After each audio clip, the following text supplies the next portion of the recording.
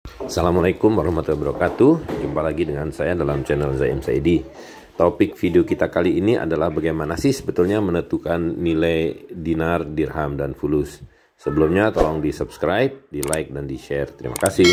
Dan dirham sendiri, Amir, ada kursnya nggak terhadap rupiah? Kalau kita lihat, kalau kita beli emas kan ada harga jual dan harga beli, Amir. Kalau di dinar dirham ada juga. Ya, jadi ini harus diluruskan ya. Jadi dinar dan dirham itu kata Imam Ghazali dan juga kata Imam Syafi'i adalah hakim yang adil. Kalau kata Imam Syafi'i adalah penentu harga. Jadi udah jelas keliru dan pasti salah kalau menanyakan berapa rupiah harga dinar dan dirham. Itu udah pasti salah. Memang bisa kita jawab dan harus kita jawab karena kita sekarang semua masih berpikir dan menggunakan nominal. Gitu. Tapi angka nominal, nilai nominal ini kan palsu semua. Nggak bisa dipegang. Itu kalau mengerti makna apa yang dikatakan oleh Imam Ghazali bahwa dinar dan dirham adalah hakim yang adil. Jadi sejak zaman Romawi, sejak zaman Rasulullah SAW, tabi'in sampai hari ini, kalau ditanya berapa harga kambing, baru bisa kita jawab. Harga kambing adalah setengah dinar sampai 1 dinar, tergantung besar kecilnya kambing. Berapa harga ayam? 1 dirham. Gitu ya. Nah, jadi kalau ditanya berapa harga dirham atau berapa harga dinar, nggak bisa dijawab sebetulnya. Karena emas dan perak adalah penentu nilai. Nah, di sini memang harus dipahami apa arti uang kertas, apa arti angka nominal yang disebut 100.000 rupiah, yang disebut 1 juta dolar. Itu semua sihir, semua kebohongan, tidak ada wujudnya. Nah, ini memang satu hal yang perlu dijelaskan ya mengenai apa yang dimaksud dengan nilai dan harga. Gitu. Nah, secara fitrah dalam kehidupan nilai dan harga itu kan berada pada benda itu sendiri. Ya kan? Jadi kalau berapa harga ayam atau berapa harga kambing. Nah, tadi kita memerlukan penentu harga. Dan kata Imam Syafi'i, Allah SWT menciptakan emas dan perak dan memberi pengetahuan kepada manusia untuk menggunakan emas dan perak sebagai penentu harga.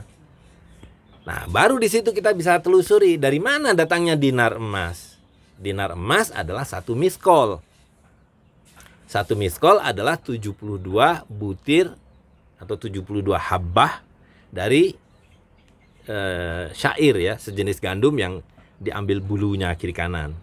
Nah, itu adalah cara bagaimana Allah SWT mengajarkan pada manusia dalam menentukan nilai.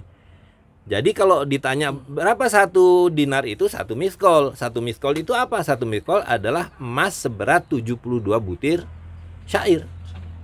Nah, lalu dirham ditarik dari nilai dinar karena Rasul SAW menetapkan setiap 7 dinar sama dengan 10 dirham dalam berat. Ya kan? Maka kita tahu bahwa kalau 1 miskol itu 4/4 gram emas, 1 dirham adalah 2,975 gram. Nah, itu kemudian yang difikskan, ditetapkan, distandarisasi oleh Umar bin Khattab. Gitu ya. Jadi semua ini datangnya dari Rasulullah SAW dan itu maknanya datang dari Allah SWT. Nah, bandingkan dengan kalau ditanya 1.000 rupiah itu apa? 1.000 rupiah adalah 1.000 kali 1 rupiah. 1 rupiah. Nah, 1 rupiah itu apa? 1 rupiah itu 100 sen. Lah, sen itu apa? Sen itu 0,01 rupiah. Bolak-balik hanya rumus aritmatika, rumus matematika yang kita sebut desimalisme. Ya, nggak ada wujudnya, nggak ada nilainya, nggak ada artinya. Gitu. Nah, itulah sihir yang kemudian memenuhi seluruh kehidupan kita. Bayangkan, uang ini, alat tukar ini kan nadi kehidupan. Kehidupan itu ditentukan oleh uang. Sekarang uang ini adalah kebohongan. Bayangkan manusia hari ini hidup di dalam kebohongan. Dan itulah sistem riba. Gitu ya. Nah, jadi riba itu bukan sekedar definisi teknis penambahan yang haram hari ini. Riba adalah sistem.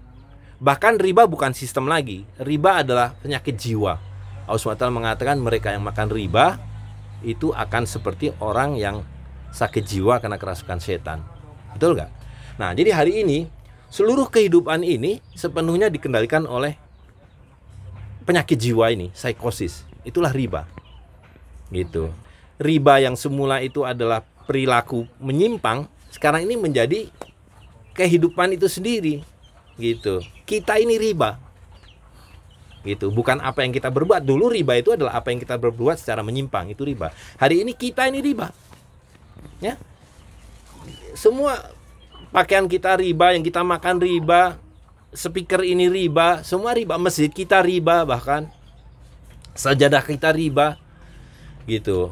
Karena bayangkan itu semua dimotori, dilumasi oleh tadi yang namanya kita sebutnya mata uang, dan itu tidak lain adalah sihir, kebohongan yang tadi saya sudah jelaskan. Nggak bisa dilacak dari mana datangnya dan apa wujudnya, apalagi ditanya berapa nilainya, nggak bisa, ya kan? Jadi kalau ditanya berapa harga kambing, kalau kita jawab dengan emas, jelas dari zaman Romawi sampai hari ini 4/4 gram emas itu seekor kambing.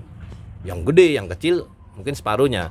Tapi kalau berapa dalam rupiah, nggak ada angka yang benar.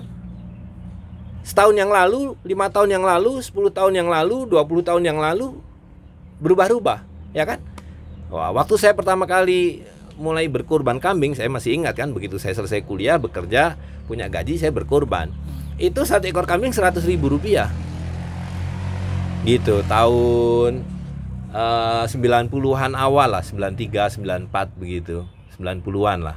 Nah hari ini 100.000 dapat apa? Cuma dapat kepalanya doang, gitu ya kan. Tapi kalau dengan emas, pada waktu itu harga emas 1 gram cuma 22.000, 25.000, ya kan. Kalau 4 gram 100.000, pas dapat satu kambing. Hari ini 1 dinar 4 juta, dapat kambing juga yang besar. Di zaman Romawi sama, zaman Rasul SAW sama. Gitu. Nah, itulah yang disebut oleh Imam Ghazali hakim yang adil. Gitu ya. Jadi itulah kenapa kita mengintrodusir kembali penggunaan dinar dan dirham, emas dan perak, selain karena tradisi, karena kebebasan memilih dan sebagainya, itu fitrah. Fitrah artinya sunatullah, bahwa penggunaan dinar dirham itu akan membuat kita hidup itu tentram. Tidak ada kecemasan karena harga-harga naik, karena harga itu nggak ada yang naik. Yang ada adalah tadi mata uang, desimalisme yang memang tak ada nilainya. Karena itu dia akan selalu kembali kepada hakikatnya, yaitu tidak ada nilainya, ya kan?